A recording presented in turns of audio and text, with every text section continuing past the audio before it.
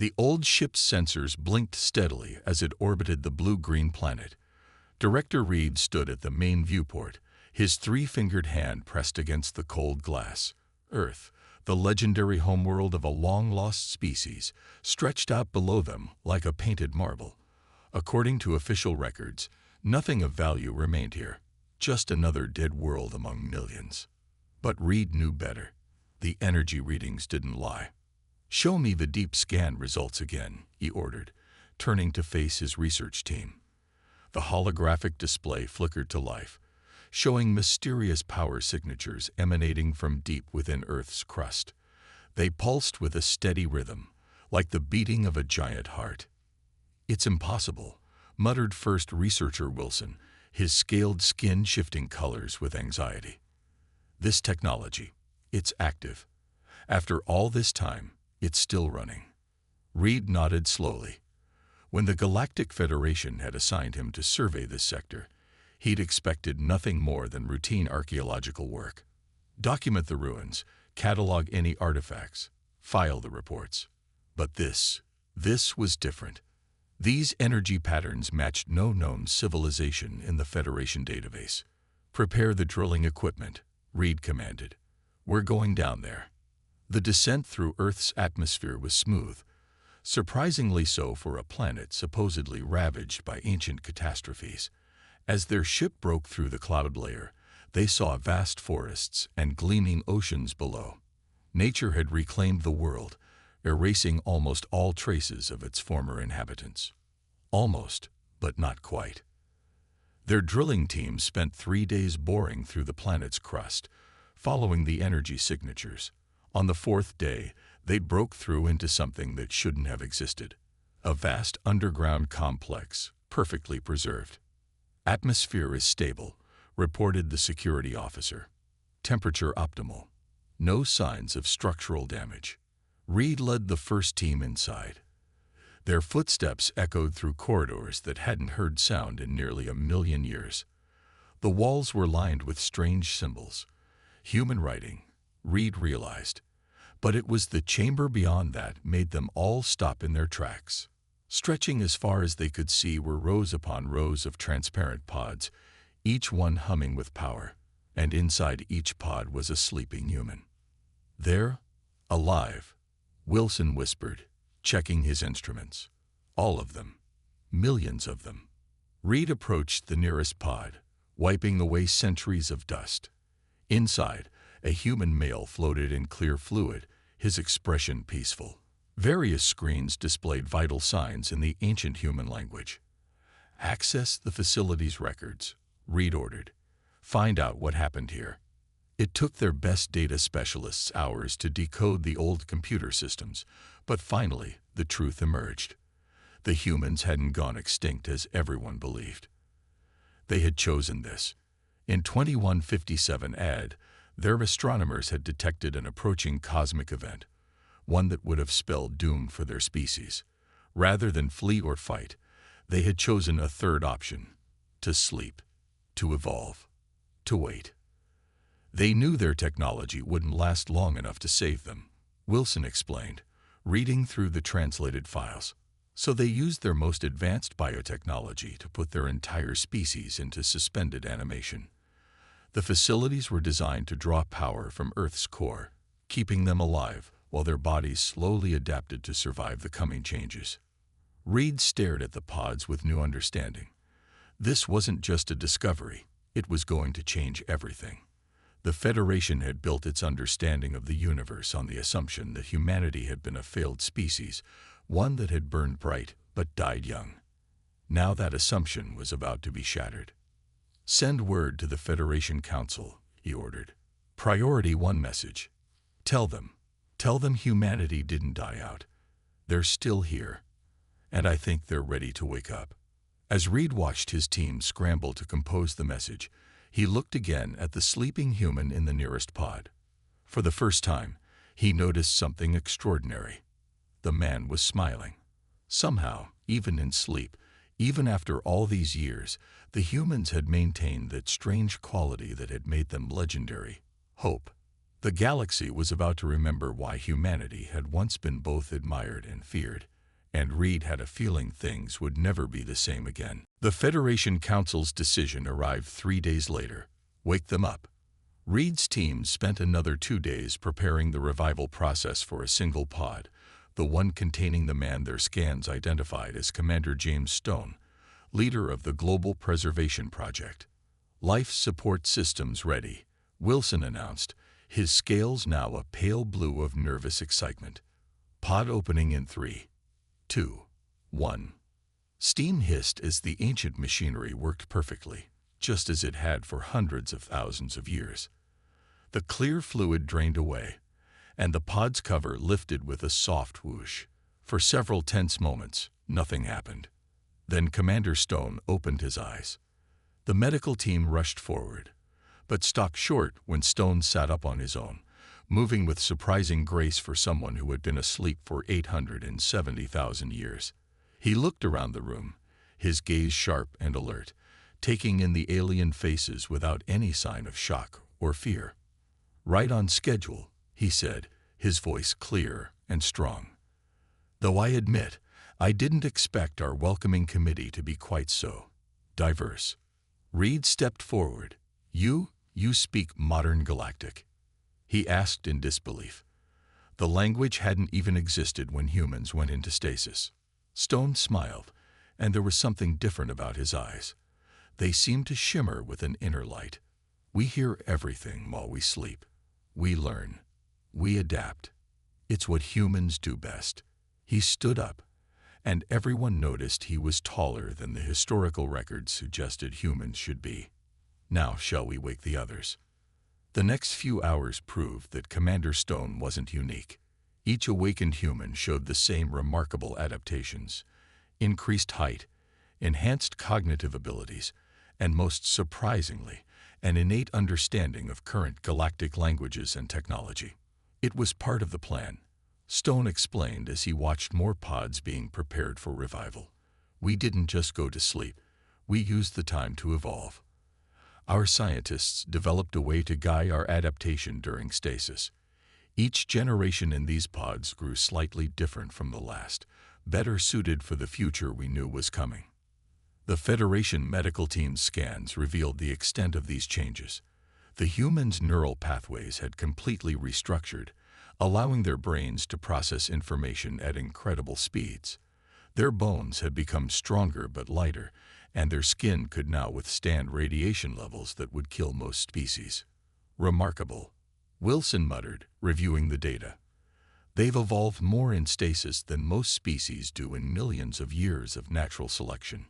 Stone walked over to a window, looking out at the restored Earth. "We knew we couldn't survive as we were. The universe was changing too fast, becoming more dangerous, so we changed too. But we kept our memories, our knowledge, our humanity." He turned back to face them. "We just made it better." The news spread quickly through the Federation channels. Some celebrated the return of humanity, while others worried about what it might mean. A species that could plan and guide its own evolution over such a vast time span was unprecedented. By the end of the first week, 500 humans had been awakened. They worked together seamlessly, quickly learning to operate Federation technology, sometimes improving it within hours of first seeing it. They spoke of plans to restore their cities, not as they had been, but as they should be, living structures that grew from the Earth itself. "I come understand," Reed admitted to Stone, as they watched a group of awakened humans effortlessly repair a broken Federation ship. "How can you be so calm about everything you've lost? Your whole world is gone." Stone's shimmering eyes seemed to look straight through him. "Lost? No, Director Reed. We didn't lose anything. We stored our cities in databanks. We kept our knowledge in our sleeping minds. And now we have something even more valuable. A fresh start, with 800,000 years of guided evolution behind us." He smiled that strange, knowing smile again. "We're not mourning what's gone. We're celebrating what's coming." As if to emphasize his point, a soft chime sounded through the facility. Another batch of pods beginning their revival sequence. Humanity wasn't just waking up. They were rising, transformed but unbroken, ready to take their place among the stars. 2 weeks after the First Awakening, Commander Stone stood in the Federation's Grand Archive chamber, watching historical records play across the massive screens. His enhanced mind processed thousands of years of galactic history in hours, piecing together how the universe had changed during humanity's long sleep. 870,000 years, he whispered, touching a screen showing the rise and fall of countless civilizations. We slept through the birth and death of entire species. Director Reed watched from the doorway, still amazed at how quickly the humans absorbed information. Does it trouble you, learning how much the galaxy has changed? Stone turned, his shimmering eyes reflecting the starlight from the chamber's windows. Change was what we planned for, Director. Though I admit, some of these changes are unexpected. He gestured to a display showing the current galactic map. 300 major spacefaring species, 42 different forms of faster-than-light travel, and artificial worlds that span entire solar systems. The universe has become more wonderful than we imagined. Outside the archive, more humans were waking each day. They walked the restored forests of Earth, touching trees that had evolved from the seeds they had left behind. Some wept at the sight of clean oceans and clear skies. Their world hadn't just survived, it had healed. Your planet, Wilson said, joining them in the archive. It's not what our records suggested it should be. The damage from your industrial age, the great wars, the climate crisis, it's all gone. Stone smiled. Before we slept, we set processes in motion. Engineered bacteria to clean the seas, specially designed plants to purify the air, and mechanical systems to stabilize the climate. We knew Earth would need time to heal, so we gave it time, and the tools it needed. The Federation's scientists were particularly interested in the humans' ability to survive in space without protection. During a demonstration, a group of awakened humans stepped out of an airlock without suits, their bodies automatically adjusting to the vacuum. They flew between ships with ease, their evolved biology allowing them to navigate space as naturally as their ancestors had walked on land. We dreamed of the stars while we slept, explained one of the humans to an amazed group of Federation reporters. Our bodies changed to match our dreams. But not everyone celebrated humanity's return. In the Federation Council, debates raged about the implications of such an advanced species suddenly rejoining galactic society. Some pointed to humanity's violent history, fearful of what such beings might do with their new abilities. Stone addressed these fears in a speech to the Council, transmitted across Federation space. He stood before the assembled aliens, his presence commanding attention without demanding it. "We understand your concerns," he said, his voice calm and measured. "Humanity's history is indeed filled with conflict, but that same history taught us valuable lessons. We spent nearly 1,000,000 years dreaming, learning, and evolving. Not just our bodies, but our minds and hearts as well. We return not as conquerors or competitors, but as students eager to learn from the wonderful civilizations that have risen in our absence." To prove his point, humans began sharing their own historical records. They opened their databanks, revealing art, music, literature, and scientific knowledge that had been perfectly preserved in their stasis computers. The Federation scholars were amazed to find solutions to problems their civilizations had struggled with for millennia, alongside questions that no one had thought to ask before. "Look at this," Wilson exclaimed, studying an ancient human art piece alongside its modern interpretation by an awakened artist. The new version seemed to shift and move, telling stories that changed depending on the viewer's perspective. They're not just remembering their past, they're building on it, transforming it into something entirely new. As the third week of awakening drew to a close, Earth began to show signs of human habitation again. But these weren't the crude cities of the past. Beautiful structures grew from the ground like crystal gardens, merging seamlessly with the restored environment. The humans were building something that had never existed before, a civilization that had used nearly 1,000,000 years of dreams to plan its rebirth. "We're not the end of human evolution," Stone told Reed as they watched a new city take shape. "We're just the beginning, and we have so much more to learn." 1 month after the first awakening, the mood in the Federation Council changed. What started as whispers in private chambers grew into loud debates in public halls. The cause of their concern: humans were waking up faster than anyone had expected, and their abilities kept growing. They can process information faster than our best computers. A council member from the trade worlds announced, his tentacles waving in agitation. "Yesterday, a human child solved mathematical problems that our greatest minds have struggled with for centuries. They're not just evolved, they're becoming something else entirely." Director Reed stood before the council, defending his decision to wake the humans. "They've shown no hostility," he argued. "Every advancement they've made has been shared freely with the Federation. They're not a threat, they're an opportunity." But even as he spoke, more reports arrived. Humans had begun testing their new abilities in ways that frightened many Federation species. Their bodies could now absorb and process raw energy. Their minds could connect directly with computer systems. Most disturbing to some council members, humans appeared to be developing the ability to communicate faster than light, without any technology at all. Commander Stone faced these concerns directly in an emergency council session. "We understand your fear," he said, standing calmly before the assembled representatives. "Change is always frightening.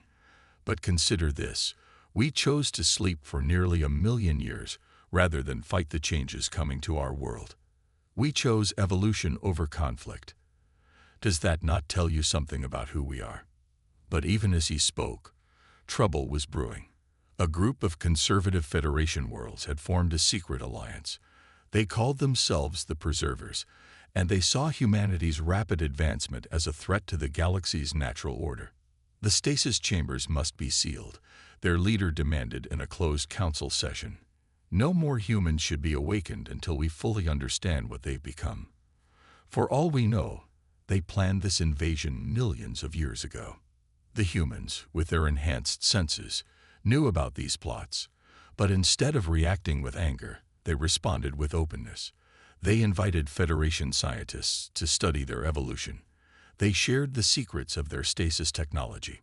They even offered to help other species guide their own evolution, if they wished. "We didn't evolve to conquer," a human scientist explained to a group of Federation researchers. "We evolved to understand, to connect, to bridge gaps between species that seemed impossible to cross." To prove this, humans demonstrated their most remarkable ability yet. Working together, they could create temporary zones where the laws of physics seemed to bend, allowing ships to travel vast distances instantly. They called them dream corridors, pathways through space created by their evolved consciousness. "It's impossible," Wilson whispered, watching the human group open a corridor between two distant star systems. "They're not using any technology. They're doing it with their minds alone." The Preservers used this demonstration to spread more fear. Today they control space, their messages warned. Tomorrow, they might control us all. But their fears began to fade when humans used their abilities to save a Federation colony world from a devastating solar storm. Working together, they created a dream corridor large enough to evacuate millions of aliens to safety. They didn't ask for payment or political favors. They simply helped because they could. Commander Stone stood with Director Reed, watching the evacuation through the ship's viewport. "We knew this would happen," Stone said quietly. "The fear, the doubt, the conflict. It's why we spent so long preparing, not just our bodies and minds, but our hearts too. We needed to become something new while remembering everything that made us human in the first place." Reed looked at him curiously. "And what was that?" Stone smiled, his shimmering eyes reflecting the light of the rescue ships passing through the dream corridor. "The ability to face the unknown with hope instead of fear. The desire to reach out instead of pull back. The understanding that true power isn't about control, it's about connection." As if to emphasize his point, more humans joined the rescue effort. their combined abilities making the dream corridor stronger.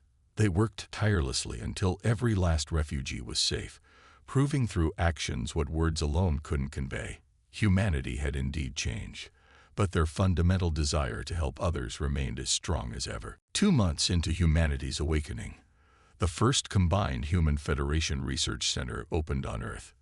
The building itself showed how far humans had advanced. It grew from the ground like a living crystal, shaped by human thought and powered by dreams.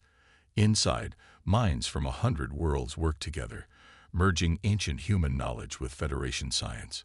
The results were beyond anything the galaxy had seen before. Humans didn't just understand Federation technology. They transformed it. Their evolved minds could see connections that even the most advanced AI had missed, finding new paths through old problems. "Watch this," a human engineer said to Wilson, holding up what looked like a small seed. She placed it in a clear container and closed her eyes. The seed began to grow, but not into a plant. It expanded into a complex machine, its parts weaving themselves together like living tissue. "That's impossible," Wilson said, his scales shifting through colors of amazement. "You're growing technology." The human opened her eyes and smiled. "We learned from Earth while we slept. Life doesn't build things piece by piece. It grows them all at once, every part supporting the others. Why shouldn't machines work the same way?" This new approach to technology spread quickly through Federation space. Ships that could repair themselves, computers that grew more powerful as they worked, energy systems that adapted to their users' needs. Human innovation changed everything it touched. But it was their work with the dream corridors that truly shocked the galaxy. Humans discovered they could link the corridors together, creating a network of instant travel paths across Federation space. Trade routes that once took months to travel could now be crossed in moments. "The Dream Network is based on something we discovered in stasis," Commander Stone explained to the Federation Council. "Our sleeping minds found patterns in space-time.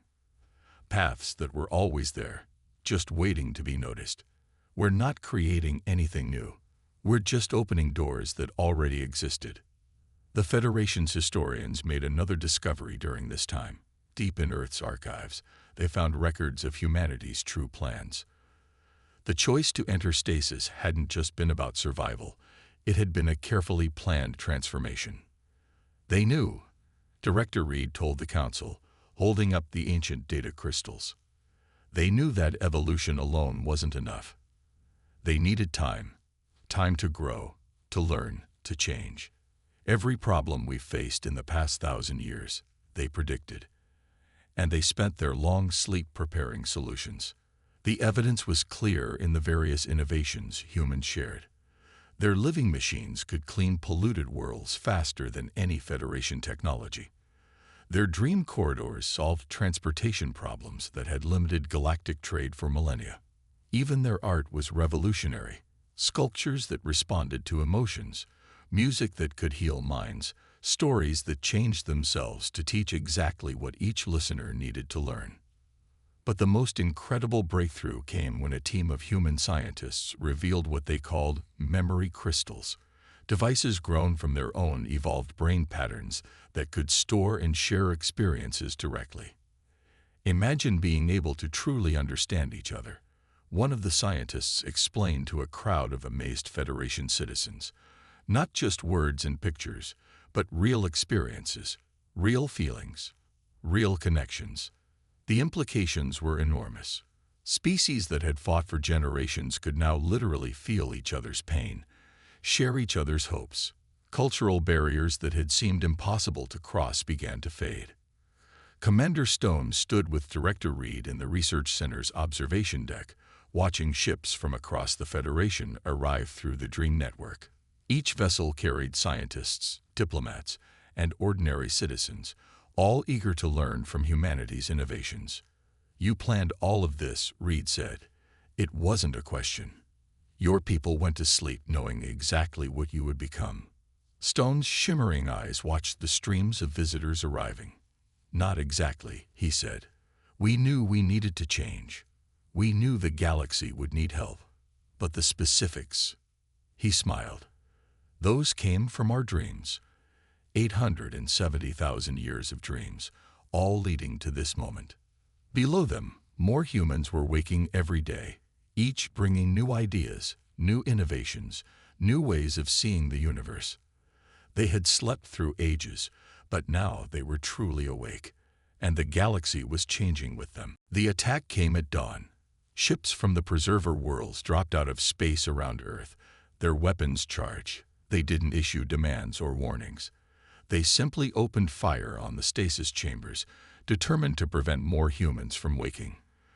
But humanity had spent nearly 1,000,000 years preparing for every possibility, including this one. The energy beams from the Preserver ships never reached their targets. They disappeared into invisible barriers, defense systems the humans had grown into the fabric of space itself around Earth. The attacking ships found themselves unable to move, held in place by forces they couldn't understand. "Stop this madness." Commander Stone's voice echoed through every ship in the attacking fleet. He hadn't used any communication device. His thoughts simply reached across space, touching every mind. "You're not our enemies. Let us show you." In that moment, the humans did something unprecedented. Instead of fighting back, they opened their memory crystals to the attacking forces. Every ship in the Preserver fleet was flooded with human memories, not of war or conquest, but of hope, of discovery, of dreams that had lasted 800,000 years. The Preservers experienced humanity's long sleep firsthand. They felt the patience, the careful planning, the deep desire to help build a better galaxy. They saw the truth that Federation historians had discovered, that humanity had predicted this conflict and prepared for it not with weapons, but with understanding. "We could disable your ships," Stone continued, his voice gentle in their minds. "We could use the dream corridors to stop your weapons, but that's not why we evolved. We didn't spend nearly 1,000,000 years sleeping just to wake up and fight." In the Federation Council chamber, emergency sessions erupted into chaos. Some demanded immediate military action against the Preservers. Others wanted to negotiate. But before any decision could be made, something remarkable happened. The Preserver ships powered down their weapons. One by one, their crews requested permission to land on Earth. They wanted to talk. Director Reed watched in amazement as former enemies walked together through Earth's newly grown cities. "I don't understand," he said to Stone. "They tried to destroy you. Why show them mercy?" Stone led him to one of the memory crystals that floated like strange flowers throughout the city. "Touch it," he said. "See for yourself." Reed placed his hand on the crystal and gasped as understanding filled his mind. He saw humanity's true power, not their evolved bodies or their strange abilities, but their capacity to learn from the past without being trapped by it. Violence wasn't working, the memory showed him. It never had. "So we used our long sleep to find another way. We didn't just evolve our bodies and minds. We evolved our ability to forgive, to understand, to connect." The Preserver leaders stood before the Federation Council, officially withdrawing their opposition to humanity's awakening. "We were wrong," their spokesman admitted. "We saw their power and assumed it meant conquest. We didn't understand that they had spent 800,000 years learning how to use power without abusing it." In the following days, something unexpected happened. The Preservers became humanity's strongest advocates. They had experienced the human dreams firsthand. They had felt the deep commitment to peace that had guided humanity's evolution. Commander Stone walked through the stasis chamber complex, now repaired and humming with life. More pods were opening every day, each awakened human bringing new gifts to share with the galaxy. "You could have destroyed them," Wilson said, following him. "Why didn't you?" Stone stopped by a pod that was just beginning its awakening sequence. "Because that's not what all this was for," he said, watching the ancient machinery work. "We didn't evolve to be stronger, or faster, or more powerful. We evolved to be better. To help build a galaxy where understanding replaces fear, where connection defeats conflict." The pod opened, revealing another awakened human. Like all the others, Their eyes shimmered with the light of 800,000 years of dreams. But unlike the humans of the past, they woke not to a world of conflict, but to one of growing harmony. Besides, Stone added, helping the newly awakened human stand, the galaxy has enough weapons. What it needs now is hope. And that's what we spent all those years learning how to grow. 1 year after humanity's awakening, Earth had become the heart of a transformed galaxy. The Dream Network now connected thousands of worlds, its pathways glowing like silver threads between the stars. Ships of every Federation species moved freely through these corridors, carrying not just goods but ideas, art, and shared experiences. The Federation Council chamber had changed too. The old building was gone, replaced by a living structure that humans and aliens had grown together. Its walls shifted with the thoughts and emotions of those within, creating spaces that encouraged understanding and cooperation. Commander Stone stood before the assembled council members, but this time he wasn't alone. Representatives from every Federation world stood with him, including former members of the Preservers. They had gathered for a historic moment, the official recognition of humanity as full members of the galactic community. A year ago, Stone began, his voice carrying naturally to every corner of the chamber. We woke to a galaxy that feared us. Today, we stand among friends who understand us. Not because we forced that understanding, but because we shared our dreams. The evidence of those shared dreams was everywhere. Federation worlds had begun growing their own living cities, guided by human teachers. Memory crystals helped settle ancient disputes between species who had fought for generations. The combined knowledge of humanity's long sleep merged with Federation science, solving problems that had once seemed impossible. Director Reed, now the Federation's ambassador to Earth, activated a holographic display showing the galaxy's transformation. In 1 year, he said, trade has increased by 300%. Conflict between member worlds has dropped to its lowest level in recorded history, and this is just the beginning. The display showed Earth, now a shining jewel that barely resembled the sleeping world they had discovered a year ago. The last of the stasis chambers were opening, releasing humans who woke to find their ancient plans had succeeded beyond their wildest dreams. But the greatest change, Reed continued, isn't in our technology or our abilities. It's in how we see each other. Humanity didn't just evolve physically during their long sleep. They evolved a new way of thinking about civilization itself. Wilson, recently appointed head of the Federation Science Council, stepped forward. His scales now shifted through patterns that humans had taught him to create, expressing complex emotions that once had no visible form. They showed us that progress isn't a race to be won, it's a garden to be grown. Every species adds their own unique beauty to that garden. The council chamber hummed with agreement. The fear that had once divided them was gone, replaced by a shared vision of the future. Even the most conservative members had seen the benefits of humanity's innovations. Stone touched one of the memory crystals that floated through the chamber. Images filled the air, humans and aliens working together, learning from each other, growing together in ways no one had imagined possible. 870,000 years ago, he said, our ancestors made a choice. Instead of fighting the changes coming to our world, they chose to embrace change itself. They gave us time. Time to dream. Time to grow. Time to become something new, while keeping what mattered most. He paused, looking at the faces around him. Faces of beings who had once been strangers, but were now partners in building a better galaxy. What mattered most wasn't our technology, or our abilities, or even our dreams, Stone continued. It was our hope. Our belief that the universe isn't just a place of conflict and competition. It's a place where different beings can come together, share their stories, and create something greater than any of them could achieve alone. The council members rose as one, their voices joining in approval. The vote was unanimous. Humanity was welcome not just as members of the Federation, but as teachers, partners, and friends. As the celebration began, Director Reed found Stone standing by a window, watching ships move through the dream corridors above Earth. Was it worth it? Reed asked. The long sleep, the careful planning, all those years of dreams. Stone smiled, his shimmering eyes reflecting the light of a galaxy transformed by hope. Look around, he said. Every dream we shared, every connection we made, every mind we touched, they're all growing into something beautiful, something new.